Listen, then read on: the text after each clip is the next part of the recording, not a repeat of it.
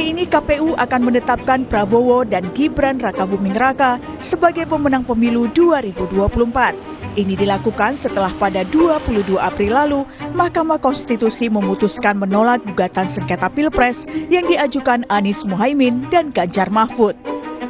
MK sudah memutuskan. Lalu bagaimana dengan nasib hak angket yang sebelumnya digadang-gadang sebagai jalan politik untuk membuktikan adanya kecurangan di pemilu 2024? Tarik ulur hak angket memang terjadi, bahkan sebelum MK menggulirkan sidang. Dan sepertinya hak angket kini tinggal kenangan. Partai Nasdem sebagai pengusung Anies Mohaimin menyebut hak angket sudah tidak relevan lagi. Pertamalah dulu, mungkin ada usulan lain selain merapat ke pemerintahan? Coba, ada usulan? Kalau ada usulan boleh kita pertimbangkan juga. Itu yang pertama, kita bisa pertimbangkan itu. Kalau enggak ada usulan lain, apa sebenarnya yang lebih baik bagi Nasdem? Dengan spirit dan semangat seperti apa yang saya utarakan tadi, itu satu. Progres perjalanan waktu sejujurnya membuat hak angket sudah tidak up to date lagi untuk kondisional hari ini. Itu menurut Nasdem. Senada dengan itu, PDIP sebagai partai pengusung Ganjar Mahfud sepertinya tidak lagi mempertimbangkan hak angket. Ketua DPP PDIP yang juga Ketua DPR RI Puan Maharani bahkan hanya menggeleng saat ditanya soal kelanjutan hak angket. Kalau yang hak angket, Mbak?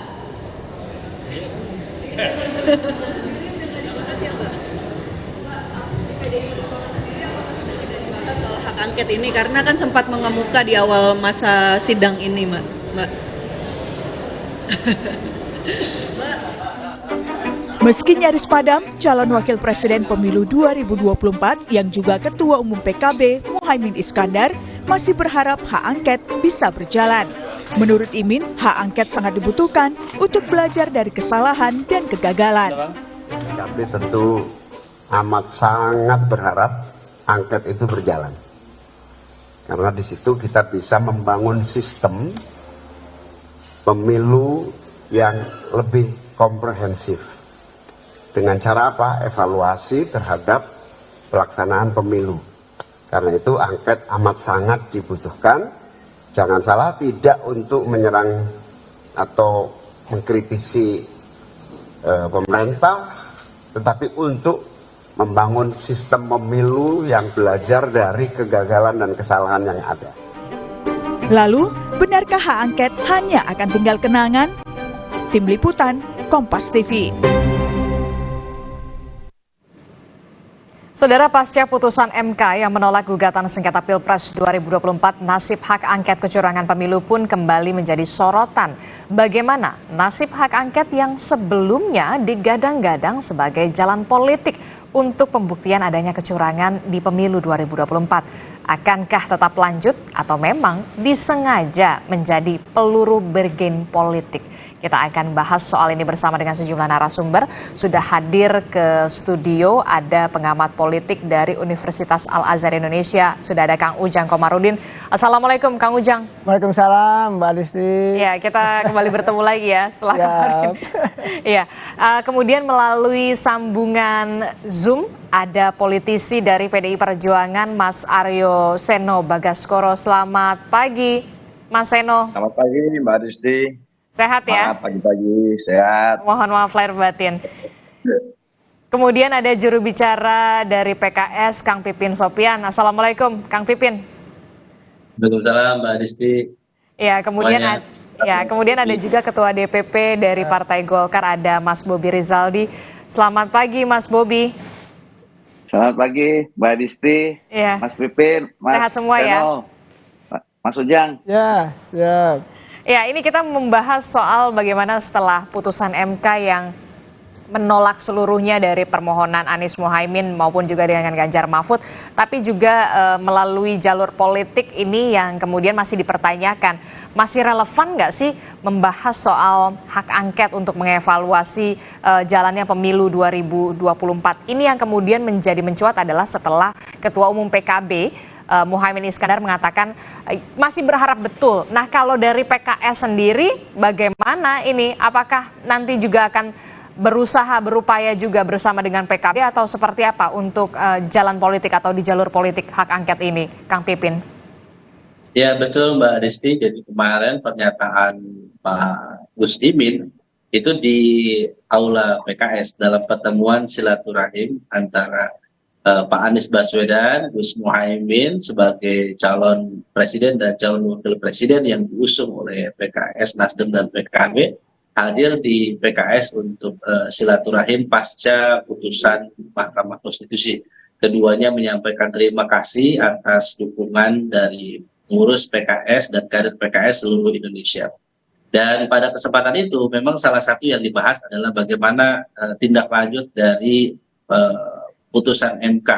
Jadi kami melihat memang ketika hakim MK ada 3 yang dissenting opinion itu yang mengatakan berbeda dengan 5 hakim MK yang lain bahwa memang ada pelanggaran yang dilakukan oleh rezim ini, maka salah satu opsi yang bisa kita lakukan ke depan adalah dengan menggunakan hak angket di DPR RI. Sebagaimana yang disampaikan oleh Hakim MK yang mengatakan bahwa jangan sampai MK menjadi keranjang sampah bagi persoalan pemilu yang sudah terjadi. Jadi salah satu amanahnya dari Hakim MK adalah penggunaan hak angket atau fungsi pengawasan yang seharusnya dilakukan oleh DPR RI dalam menindaklanjuti pelanggaran atau persoalan-persoalan yang terjadi pada pemilu dan Pilpres 2024 nanti. Nah, bagi kami hak angket ini adalah hak anggota dewan, hak konstitusional, bisa mengungkap berbagai persoalan yang terjadi. Ketika MK memiliki keterbatasan untuk mengadili secara prosedural, maka kami meyakini hak angket ini menjadi salah satu alat untuk memperbaiki proses pemilu dan Pilpres di 2029 ke depan. Jadi bagi kami, baik PKS ya, kami tentu akan menggunakan hak ini karena ini adalah keputusan dari Musyawarah Majelis Syuro PKS yang mengamanahkan 2 hal. Yang pertama adalah bagaimana kita bisa memperjuangkan di Mahkamah Konstitusi, dan kemarin sudah selesai hasilnya 3-5, keputusan yang lonjong yang kita lihat. Dan yang kedua adalah penggunaan hak angket di DPR RI. 50 anggota DPR RI dari fraksi PKS siap mendukung hak angket di DPR RI, dan kami sangat berharap ya lobby-lobby di DPR RI ini bisa berjalan dengan baik ya, bahwa tidak hanya nanti PKS PKB, kita membutuhkan sekurang-kurangnya 50% jika PDIP bergabung, jika nanti Nasdem juga bergabung, maka kami yakin hak angket ini bisa bergulir di DPR RI. Oke, jadi kalau untuk PKS udah hakul yakin akan mengajukan hak angket bersama dengan PKB ya? Betul, jadi bagi kami ketika nanti proses di MK ini selesai, kemudian kita akan melihat bagaimana dasar hukum pendapat yang disampaikan oleh ketiga hakim MK yang menyampaikan pendapat yang berbeda ini, yang akan menjadi salah satu dasar kami mengajukan hak angket ke depan. Oke, tapi masih menunggu PDI Perjuangan. Nah, ini gimana nih Mas Seno, PDI Perjuangan? Kalau tadi sebelumnya di paket berita Mbak Puan ini geleng-geleng kepala soal hak angket, gimana Mas Seno? Ya, terima kasih Mbak Disti. Menurut saya memang dari awal posisi partai PDI Perjuangan di dalam memandang persoalan angket ini adalah bukan hanya soal bagi PDI Perjuangan, tapi bagi siapapun yang saya rasa masih peduli terhadap pentingnya merayakan kedaulatan rakyat melalui pemilu di dalam kontestasi-kontestasi elektoral berikutnya. Tidak hanya kemarin, tapi juga berikutnya kita juga pasti akan menghadapi pemilu. Kalau kemudian kita masih menganggap pemilu itu penting secara substansial, bukan hanya secara prosedural, maka kita harus memastikan bahwa betul-betul prinsip luber jurdil itu dilakukan. Dan apa yang menjadi titik tolak kritik kami kemarin sepanjang pemilu berlangsung hingga kemudian kami menempuh perlawanan secara hukum di MK, itu adalah kami merasa bahwa telah terjadi abuse of power, terjadi dugaan nepotisme serta mobilisasi instrumen kekuasaan di dalam menentukan hasil pemilu melalui proses yang demikian complicated. Dan itulah yang kami khawatirkan akan bermasalah bagi demokrasi kita ke depan. Maka kritik itu kami Tapi lakukan. begini Mas Seno, tapi sepertinya PDI Perjuangan ini masih maju mundur ini soal hak angket. Sebenarnya ada apa? Masih ada soal tawar-tawar atau lobby-lobby politik sepertinya Mas Seno?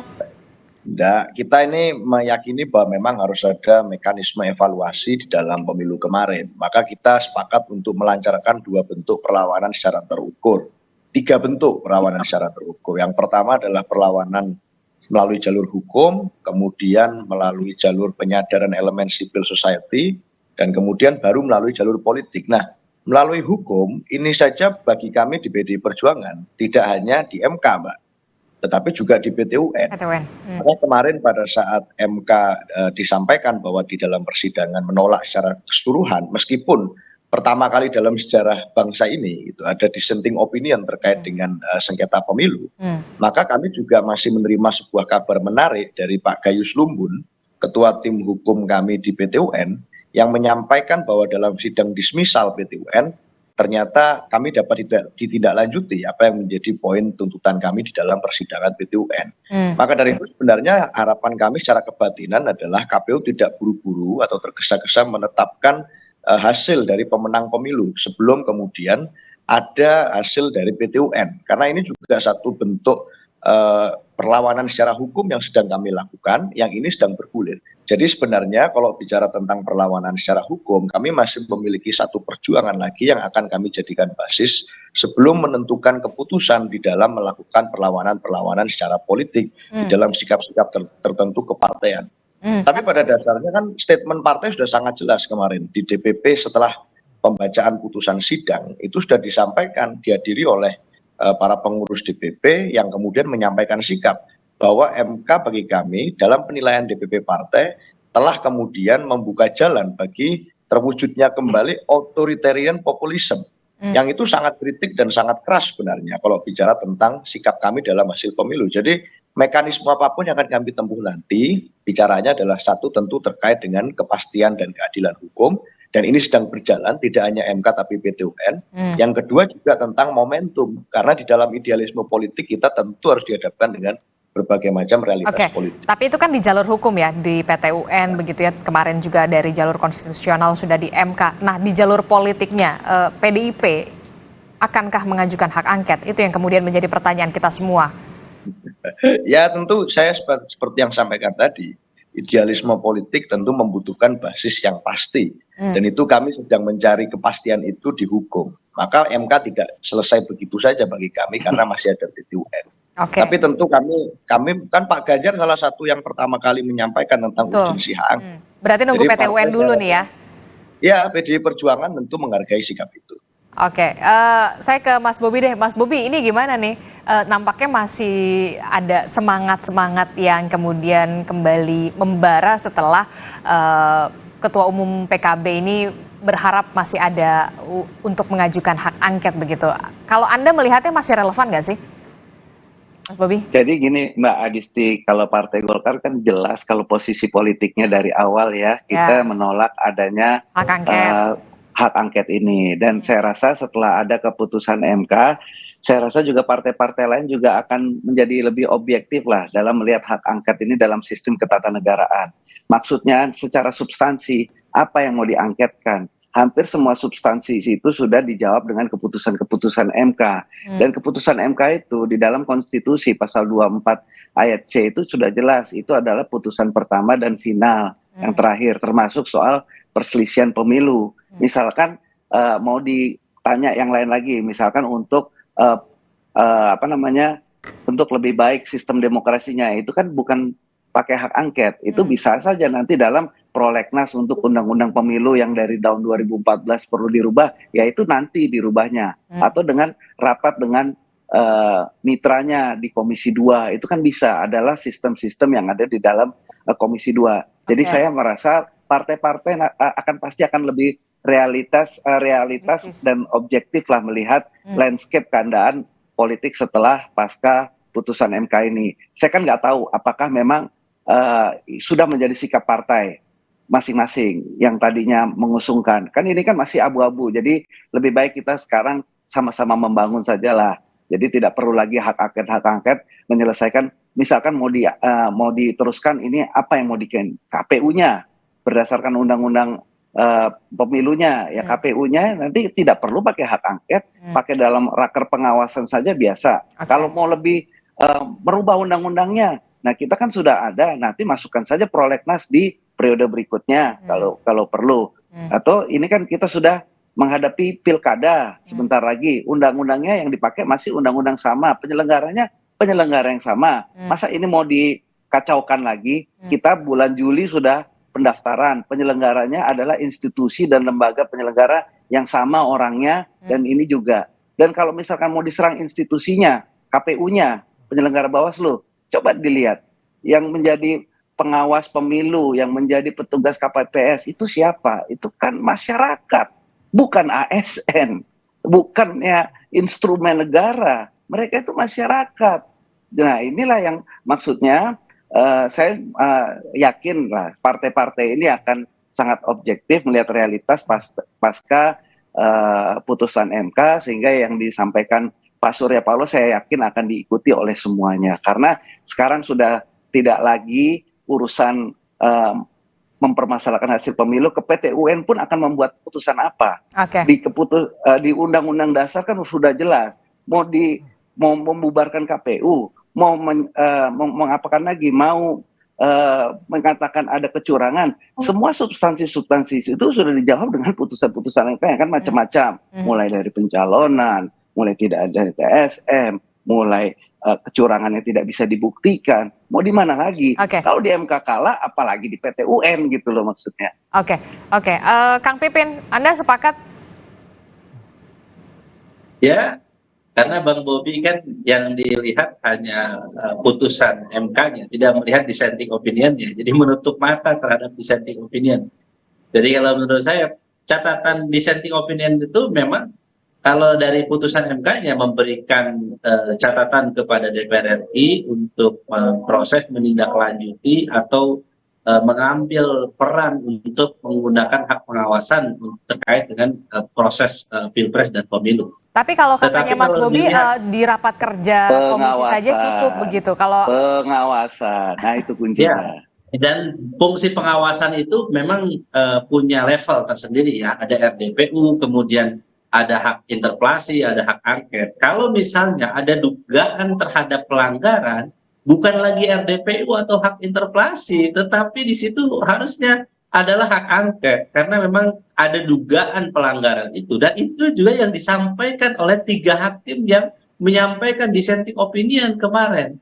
Jadi itu adalah dasarnya bagi kami ya, sekali lagi, bahwa kalau tidak ada persoalan pelanggaran, mungkin kita hanya RDPU cukup, hak interpelasi cukup. Tetapi ketika ada dugaan pelanggaran yang dilakukan oleh rezim, dengan 1, melakukan politisasi bansos, 2, nah saya harus katakan, politisasi bansos dalam amar putusan Mahkamah Konstitusi itu secara lebih jelas bahwa tidak hanya memang mereka mengatakan bahwa oke, tidak ada pelanggaran, tetapi di situ ada persoalan apa? Persoalan prosedur hukum. Jadi ada kesulitan di mana MK melihat bahwa kalau di situ susah untuk melakukan mengadili bansos ya, bahwa itu tidak ada keterkaitan. Tetapi kalau kita melihat dari hasil survei 62% LSI mengatakan yang memilih yang penerima bansos 62% memilih